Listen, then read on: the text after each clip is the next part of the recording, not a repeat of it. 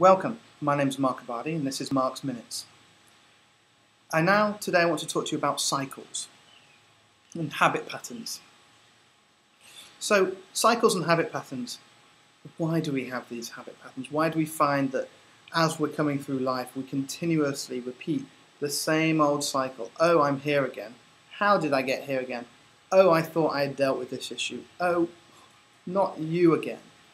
The type of cycles we keep repeating. The question is why? Well, actually the answer is relatively simple.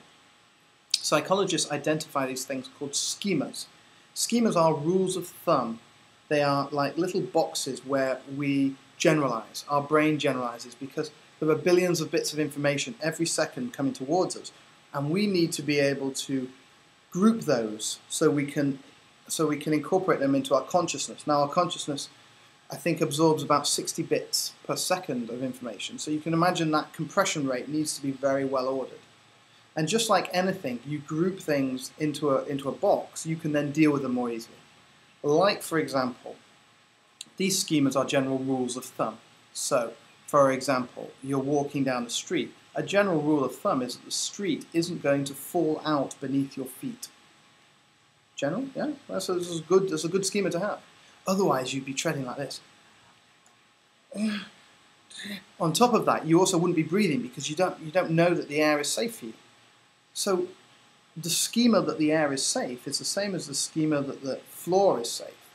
These are designed to protect us, designed to help us move through the world and get on with things.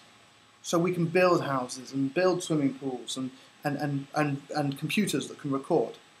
Otherwise, we would just be sat in a room worrying about all the different things that we couldn't possibly predict. So these schemas, they're very useful. In the same way, the schemas work to protect us, like in fear response. The schema that any animal that's growling and got big teeth and looking at you, that is generally not a good thing.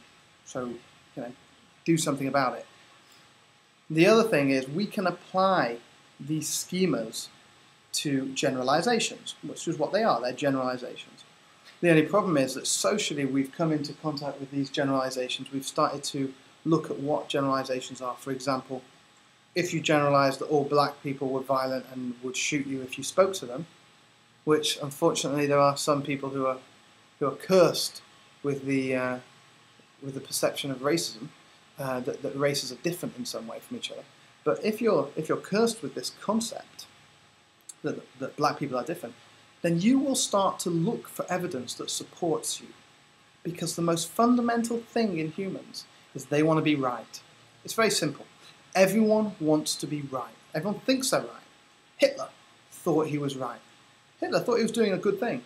He didn't think, this is so wrong. I'm going to continue anyway. Hitler actually thought, hey, I'm onto something here.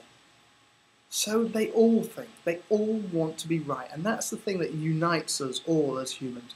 We all want to do what we think is right. The problem is there's so many perceptions of what right and what wrong is. So, back to the schemas. When we have a generalization, a belief system, this is informed by our generalizations. It's informed by our schemas. So our belief that all Miami girls are dumb blondes, that belief system, if I was to go to Miami, like I just did, and I was to walk around, and I was to actually hold that belief as a permanent thing, because I want to think I'm right, I will look for evidence to confirm that belief. And I will conveniently not see evidence that counters that belief. This is well studied, well documented, part of the way the human brain works.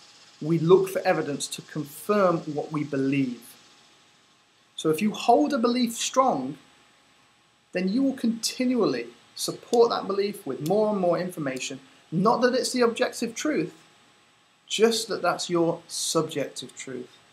Because the world really is dependent on how you perceive it. Bear that in mind. Thanks for listening. Join me again for another Mark's Minute.